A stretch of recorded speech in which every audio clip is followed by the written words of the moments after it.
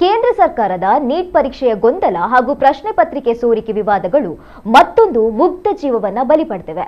June 21ರಂದು ನಡೆಯಲಿರುವ neat ಮರುಪರೀಕ್ಷೆಗೆ ತಯಾರಿ ನಡೆಸ್ತಾ ಇದ್ದ 19 ವರ್ಷದ ವಿದ್ಯಾರ್ಥಿನಿ ಅನು ಕೀರ್ತನ್ ಅವರು ತೀವ್ರ ಮಾನಸಿಕ ಒತ್ತಡ ತಾಳಲಾರದೆ ಬುಧವಾರ ಕೊಯಮತ್ತೂರಿನಲ್ಲಿ ಆತ್ಮಹತ್ಯೆಯನ್ನ ಮಾಡಿಕೊಂಡಿದ್ದಾರೆ. ಈ ಹಿಂದೆ ಒಮ್ಮೆ ನೀಟ್ ಬರೆದು ಬಿಡಿಎಸ್ ಕೋರ್ಸ್ಗೆ ಸೀಟನ್ನು ಪಡೆದಿದ್ರು.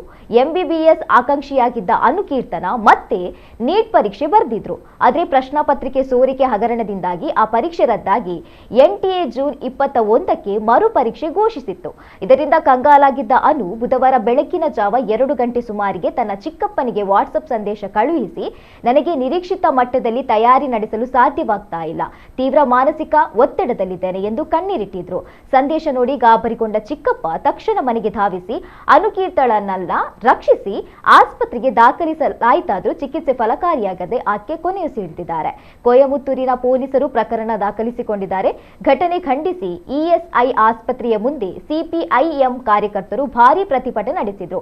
ಅಕ್ರಮ ತಡೆಯಲು ವಿಫಲವಾಗಿರುವ ಕೇಂದ್ರ ಸರ್ಕಾರಕ್ಕೆ ಇನ್ನು ಎಷ್ಟು ಜೀವಗಳು ಬೇಕು ಎಂದು ಎಕ್ಸ್ ಖಾತೆಯಲ್ಲಿ ತೀವ್ರವಾದ ಖಂಡನೆ ವ್ಯಕ್ತವಾಗಿದೆ.